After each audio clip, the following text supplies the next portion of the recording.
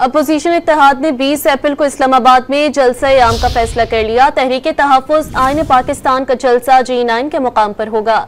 जलसे से महमूद खान अचकज़ई, शाहिद खाकान अब्बासी और PTI क़यादत खिताब करेगी। जलसे की मेज़बानी MWM करेगी।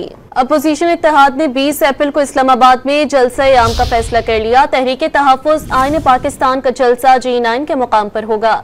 जलसे से महमूद खान अचकज़ई, शाहिद खाकान अब्बासी और PTI क़यादत खिताब करेगी। जलसे की मेज़बानी MWM करेगी।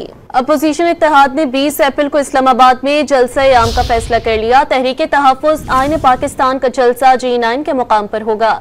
जलसे से महमूद खान अचकज़ई, शाहिद खाकान अब्बासी और PTI क़यादत खिताब करेगी। जलसे की मेज़बानी MWM करेगी।